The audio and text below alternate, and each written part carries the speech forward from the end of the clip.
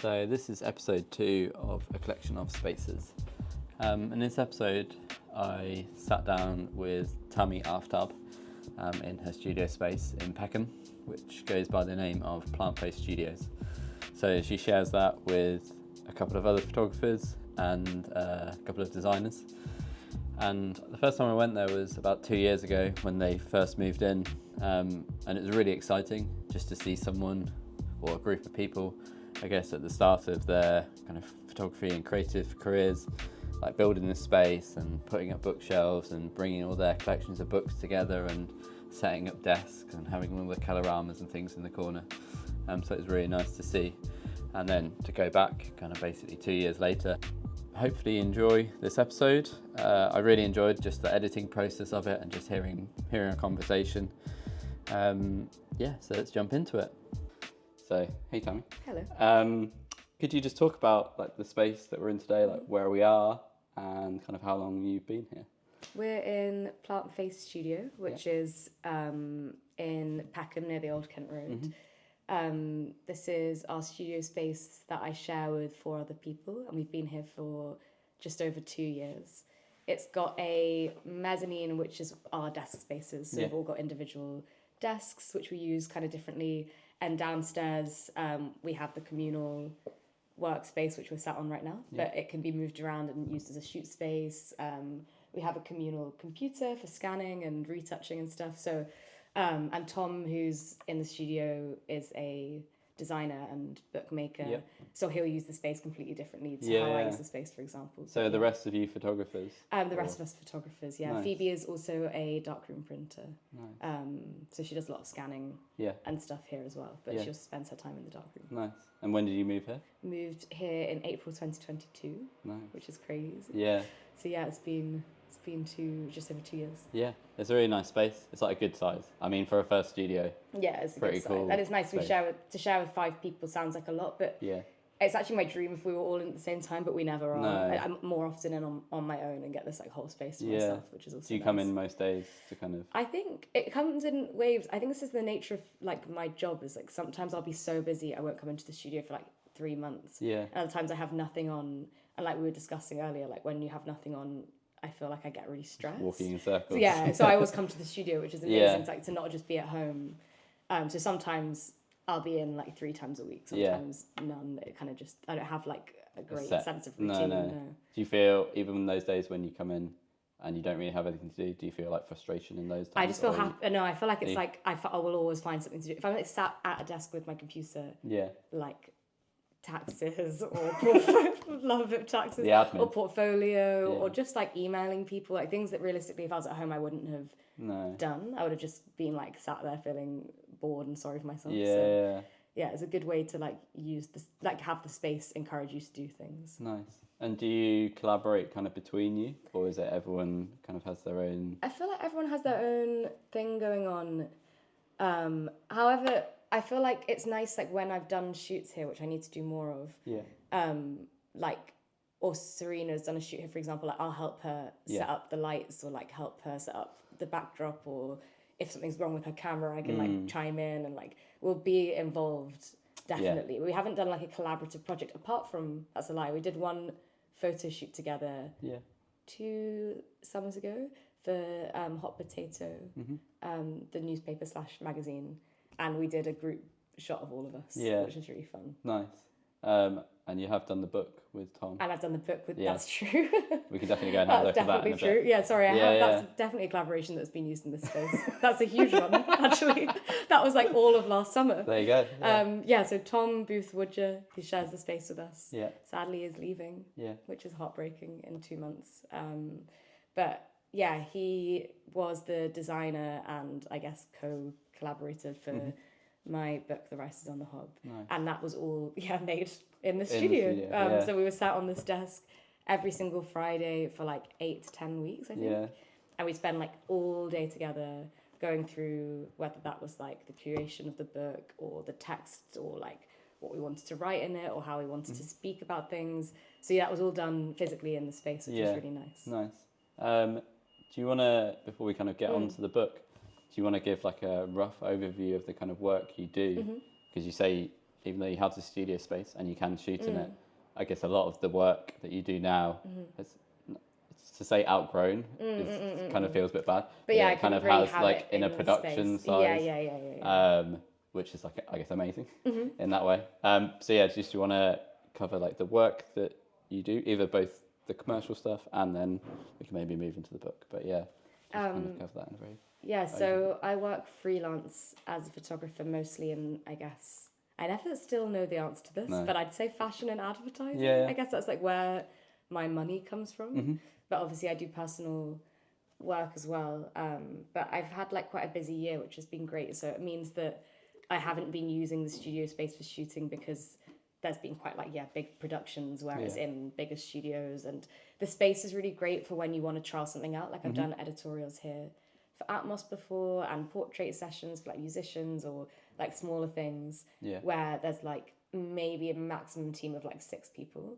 But obviously like these bigger productions for commercial stuff have like a team of like, I don't know who anyone is, like 50 people. You're like, what's and I'm your like, job? I don't know what what are you you're doing here. Yeah. And that's not possible in this space. So No. it does mean that when I shoot, I'm normally not in the space. Yeah. But when I retouch, I'll be in the space. Yeah, so it's like those days where you're shooting. Yeah, so it's the day. And I normally, if I can shoot on film, print in the darkroom, but with the state of the world, a lot of people have been asking me to shoot digital, which does mean I'd be spending more time here focusing on like colour and retouching, whereas before my days were also split into the darkroom as well as the studio. Yeah. When you say people are not telling you, but asking you to shoot the digital, is that like an environmental thing or just I think it's a monetary thing. Yeah, monetary thing. It's like, I think that it costs like a good extra $1,000 or so to shoot on film. Yeah, that's crazy. And I think that maybe people are taking less risks at the moment. Like, and I mean that in terms of film, but also in terms of like creatively, I think there's just less risks being taken because they can't afford to like do something a bit out of the box. But that's where I think that this year and this summer I need to make more of an effort of doing some more personal stuff again so that I'm not kind of only photographing in those kind of in the box commercial and even in the box editorial spaces. Yeah.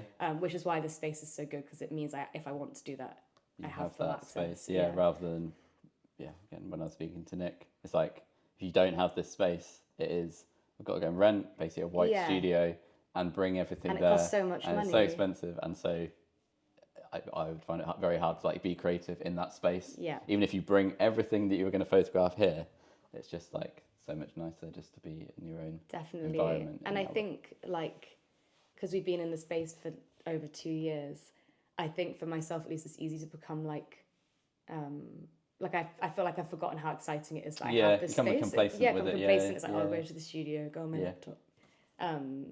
But at the beginning, I like was shooting a lot more. So I think I need to like rebirth that a little bit and like keep the energy up of like shooting again. Maybe that's a good idea to do something collaborative with the other studio members. Yeah, but it's hard to do that. Yeah. On a very very sunny day. Yeah. Like today. You had that show a little while ago. Was that with people from this space or they different? Women on women. So that was with some people from the space and some not, but it was just nice that there's a community of people from this space. Yeah. But also this is like everyone was the same age as me and we all kind of graduated at a similar time. Nice. And it was that was last year. Yeah, the last summer. Yeah. But it kind of felt like the first time that we were doing exactly what I was just saying, which was shooting for fun again. That was like the whole purpose of that shoot. Everyone just did something for fun, like without it having to be like a super weighty, like long-term project. Like the work with Dad, I want to make more work with him, but I really need it to be like the right thing. And it takes a lot of time and a lot of thought. Whereas this shoot that I did for Women on Women last year was with my cousin. And we just played around with these little shell runes that she makes, which are like little tiny shell sculptures. And we placed them on her body and did a shoot in one like nice summer evening. Yeah. And obviously there's like things to talk about with it, but it's not like a super weighty project. Yeah. And I think it's really easy to like feel like every project you need to do has to have like a big like theoretical study behind it. A huge panel of text on the wall. Yeah, huge panel of text needs to be in an exhibition where you can like put up everything on the wall. And, like, I think that's maybe just the nature of working in the thing that you love is like everything becomes more serious. Yep. and it's hard to like strip it back to like what it used to be before you were working in it. It was just your passion. Yeah, and also if you have to kind of get funding for those things, you have to have that like weightiness behind it, rather than we're just going to do a group show in quite a small gallery on a corner. Exactly, and that we did ourselves. And, and that's what's nice about even this space. Like if you wanted to do a mini show, like there's walls, you could. There's a space that you can do it. Have you ever done anything like that? We want to, but we haven't ever done it before. But maybe we will. Maybe after this conversation, a lot of things are gonna happen. That's cool. Yeah. It's just about doing those things. But I know that is a tricky thing to do. But definitely doing like the fun things and not losing that element. Yeah, because it's really hard, important. I think, when my whole job is photography. Yeah. To then be like, oh, I have time off. Yeah. Now I'm going to do more Are you good at like dividing those two things? No, or is it just... it's something I'm trying to be better at. I think when I'm like not working, I now want to be like not doing photography. It's like it's kind of linked in my brain as work, and it's something I'm trying to like actively unlink at the moment because it never used to be that way. And I remember people saying that to me when I first started working it. They were like, oh, you need to try and like hold on to it. Which Nick I think is really good at. Like Nick and Luke are both really good at kind of holding on to doing it for fun as well. Yeah, nice. Do you want to talk briefly about like how you know those guys? So I know. Well, how did you meet Nick in that way? So Nick, I'm pretty sure Luke wasn't there, which would make sense. He just moved to Denmark. Yeah. Nick came and did a talk at my university. I studied at LCC, BA photography. In second year, he came and did a talk. Which isn't that also how he met his wife Anna? We did a talk with Wandering Bears in Falmouth. Yeah. In like. So he's creating his circle by doing talks. Yeah, she was sitting in the front with a dictaphone. Oh, that's cute. And here we are. And then we were all there, just like, all right, it's kind of fun. But yeah, he came and did a talk, and I didn't speak to him, but I was like super inspired, obviously, as I think most people are when they hear Nick or Luke speak like about their work.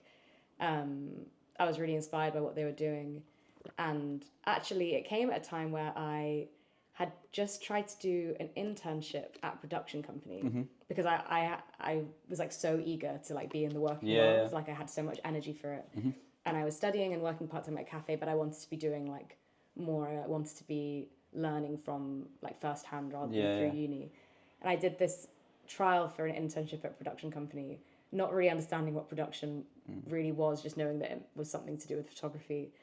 And I hated it. I was like, what the hell is this? Like wrapping up wires, cleaning mud out of Wellington boots for no money. And they wanted me like 2 full days a week for no money, with the option of maybe sometimes being on a shoot. I remember thinking I was going to take it and calling my mum, and her having an outside perspective of someone who's not in the creative world was like, are you crazy? Like 2 days a week unpaid to not be taking pictures or even really be involved with in the photographer. process.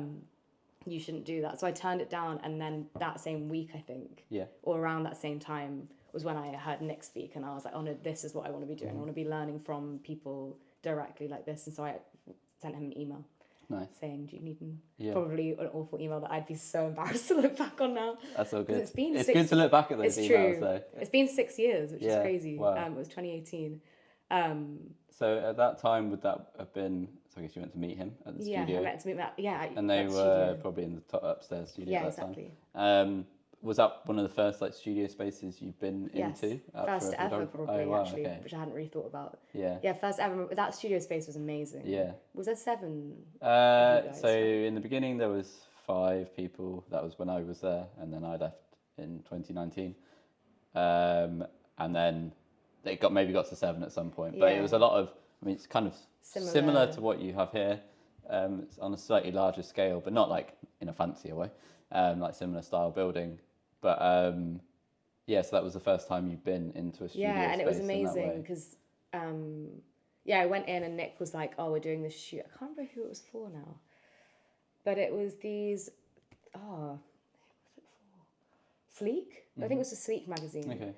And it was of these 3 people. There was like 3 shoots happening. But I was helping out on one of them. I think the person's name was Jamie, I want to say.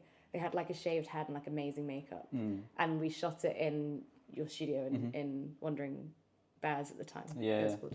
And that was my first time, witnessing like an in-studio shoot. And also we used like the space around like outside, like in South Bermondsey, Yeah. like the green space and stuff Yeah. as well. And it was like a really, really great example of like how you can use a studio space.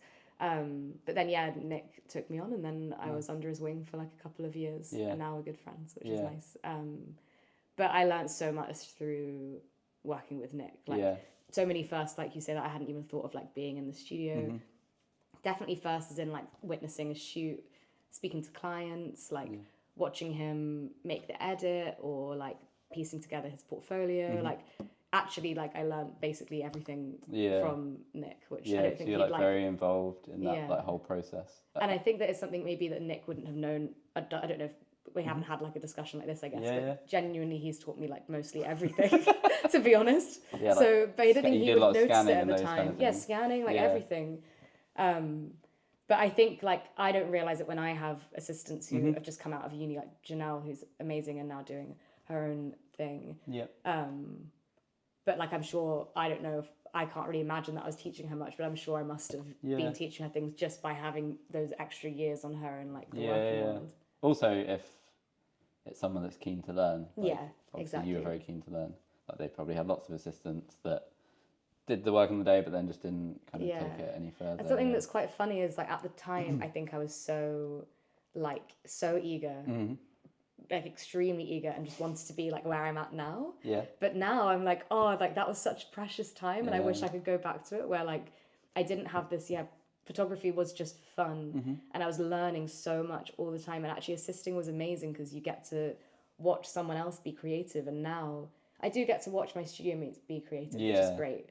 But I think otherwise it's really, you're quite alone. It's very, when you are in a studio or on a shoot with someone in that day and they're just like in the zone and you are like watching it, and obviously you have stuff to do, but if you are trying to take on as much information, like yes, how to load the camera and put the lights up, but like just watching someone. Yeah, because I think what I learned like more corral was like, people and like deal with it. Because that's like the kind of stuff I learned in uni, I guess, was like how to use the camera and stuff. But it was more like the like dynamics of the shoot that I learned more. And Did you assist any other people at that time? Yeah, so then I ended up assisting Agnes Lloyd-Platt for probably also a year or so, who's amazing. I met her through Mentoring Matters. I don't know if you've heard of it.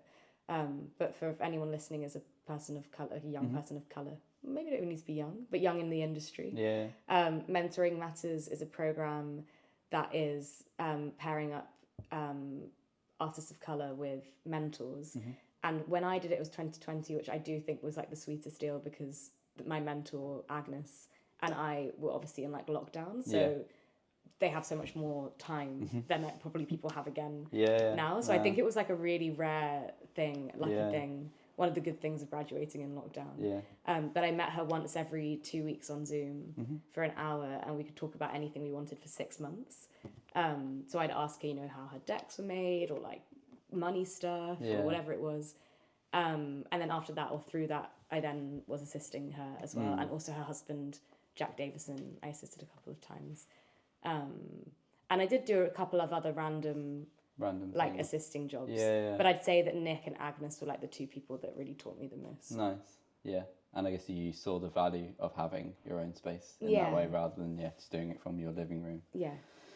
Yeah, it's really nice to kind of have a studio. Especially, with Nick, like if he didn't have the studio, I guess there's lots of things I wouldn't have done with him. No. Like I wouldn't have pre-printing his portfolio or scanning things, all that kind of stuff. It's really amazing, like communal space for that. Yeah.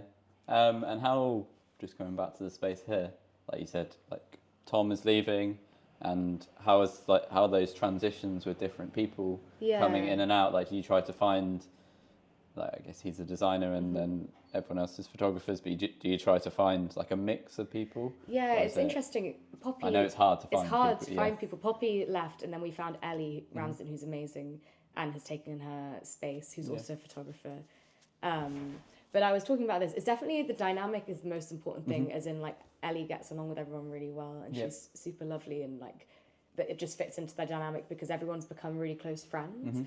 So it's definitely not just like a workspace where people don't talk to each other. Like we're friends outside of the studio. So Tom will be some hard boots to fill. I think that I'm not even going to try and attempt to find another Tom, but it would be cool to, I think, find another person who's not a photographer. I mean, Tom, I guess, is a photographer, but he works in design and bookmaking. So he was doing quite practical things, which was nice. So it'd be nice, I think, to find someone else. But yeah, it's hard. I think it's so important to meet people. I know that Nick's probably said the same thing. Yeah.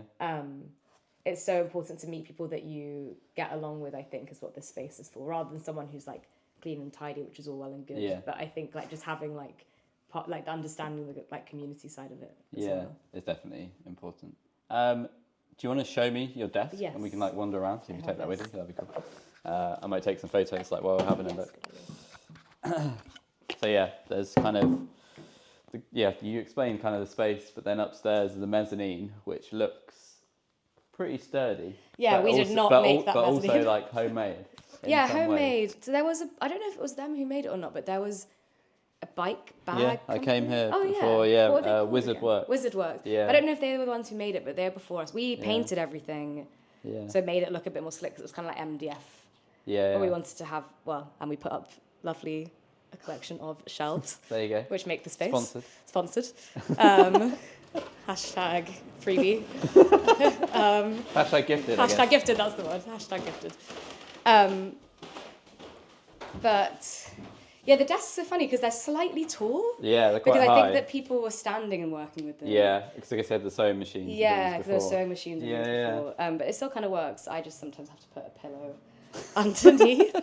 But yeah, this is my seated space. So Nice. I have all my negatives, all my handprints. Yeah. This didn't look this organised before. No. But now I nice have space. my I found one of these on my the drawers. street. No way. Yeah, They're it's quite expensive. Yeah, it's a blue one. It's kind of this colour, Oh, and I kind of want to lovely. paint it, but you can't take the handles off. But yeah, Yeah, they're oh yeah, you can. Yeah, they're nice.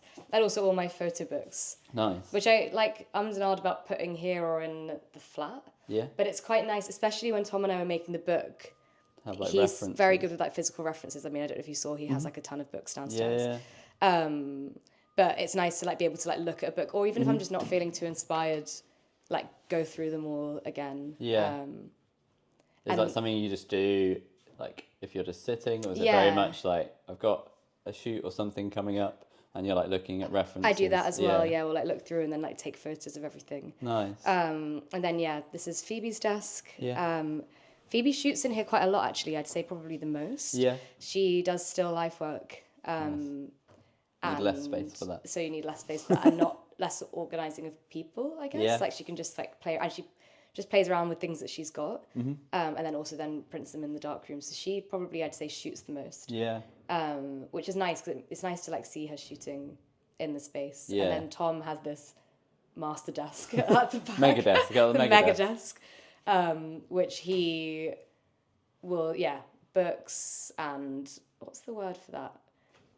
Like before a book exists and it's just like a like paper. a mock-up. Like like mock-ups and stuff. I was going to say a maquette, but I don't know if that's the right he's often word. like working with like mock-ups and Yeah. like he plays around with text. So like he'll be, I don't know, using like a roller to make text, or like we used cutouts of the Rice on the Hob on string and then use that to make the text. Nice. Then we have Serena, who, similar to me, I think she uses a space like for retouching and kind of admin kind of stuff. But also she's done a few shoots in here. Yeah. And Ellie, who's newest, has only been here for a couple of months. I don't think she's yet to shoot in the space, but I'm sure she will at some point. Yeah, it's not like, I was going to say not super clean and tidy, but in that way, but it's like quite, I guess, creative. Yeah. Like space where there's bits around, and there's like everyone's got like scanners and like books. Yeah. And there's things, which is nice. Yeah, it's not just like a clean, like multi-screen. No. It feels like like a you can banker's tell kind of desk, that it's a creative space, which is really nice. Nice. I also think it's rare maybe for photographers to have studio spaces as much. As I never had a studio space at my university. No, we didn't at all. So, and unlike, I don't know, I have a lot of friends who are illustrators. Yeah. And some who share the same studio Yeah. building as you. And like they had studio space at uni, so getting a studio space was like they had to, like that's just how they work. Yeah. Whereas I never this is the first studio space I've ever had. Yeah. I never had one. I guess the closest was like the darkroom table, but it's not like your space. No.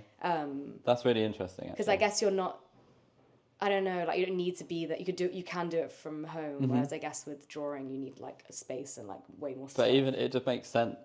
I've never thought about I have thought about, I remember at uni, like people that are doing fine art, they would have the smallest desk in a wall to like pin stuff up.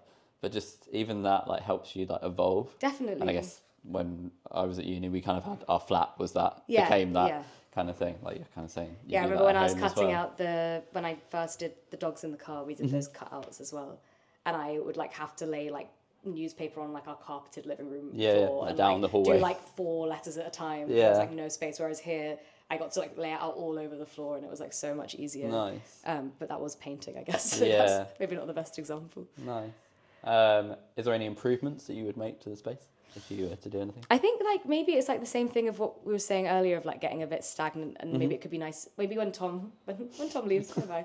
But he'll obviously, spring clean, unfortunately, he'll take a load of his stuff, which is actually really sad. He's got amazing things, but maybe that will be like a time to like have a rebirth of the space a little bit. But no, I think it's nice. I think it's functional. Yeah. And it has like multi-purpose, which is nice. He has like a really big book rack downstairs. Yes. But is there any kind of, have you got a couple of favourite books that you just want to show me? Yeah. That either it could be yours or it could be someone else's, or it could be a new one, it could be an old one. Yeah, my favourite has always been this one, actually. I could never, do you speak any German? No, I do not. Well, that person. I'm not going to try. Hank Schmidt and Fabian in the book. Schubert. Yeah, nice. And im Sommer see the photos. See the photos for this. See the photos for this. You take a photo as a reference. Yeah. But I don't remember where I found out about this book, but I bought it at Off-Print in Paris probably like 4 or 5 years ago. But it's a collaboration between a painter and a photographer. And the book, and I really love when books serve purpose. Like, I love when a book is doing something that it couldn't physically do if it was like an online PDF or like posted on Instagram. Which is the same with my book. That's why it's like a cookbook with things you can tear out. Like, I didn't want to make a book just for the sake of it. Like, I wanted to make a book because it worked better as a book, and I think this is a good example of it. Yeah. So the painter, like puts his like easel up. I don't know if I can find a good example. He puts his like easel up in these like beautiful landscapes, but then he actually is just painting the pattern on his jumper. Oh, right.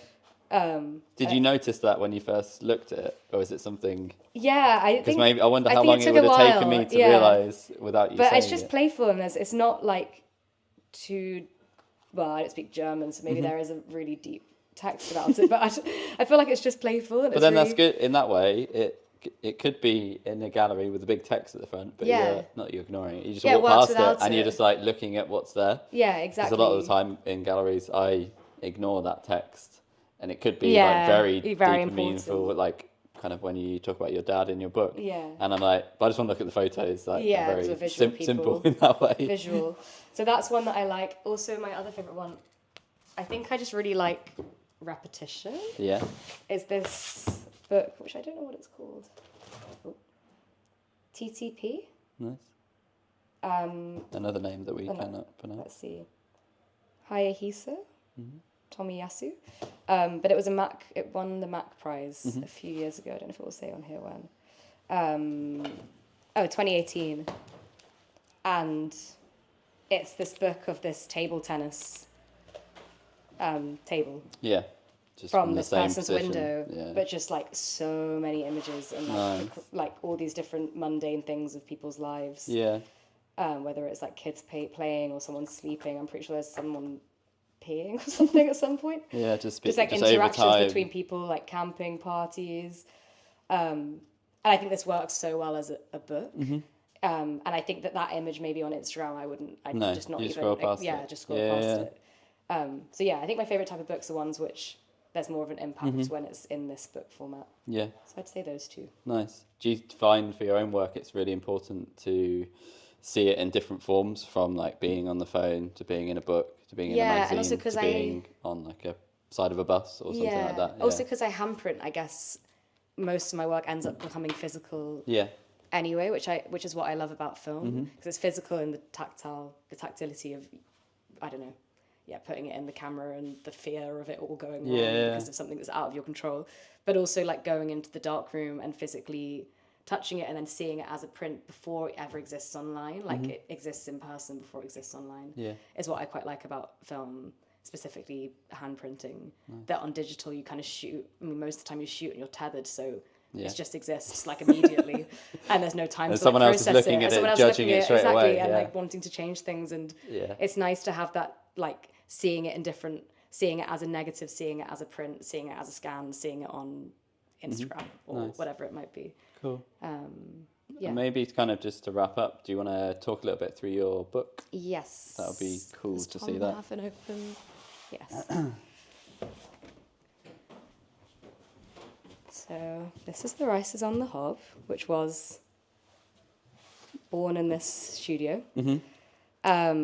So with this book, Tom and I really wanted, like I mentioned earlier, to really like play with form and like not kind of stick too much to the rules. Yeah. But what's quite good that Tom was explaining is that there are rules in bookmaking that you literally can't like ignore. Like there's like pockets. He's going to tell me off saying that word. Pockets of 16 or something. Oh, like where it's bound together. Bound like, together. So like there's only, you know, and if we're using different paper for recipe, then it's always going to land in certain places. But it means that those rules meant we just had to work with them. Yeah, kind of like music, I guess. Yeah, in that way, exactly. It's very so rhythmic. even though it's like trying to go against the grain, a little post-it note. Note to self.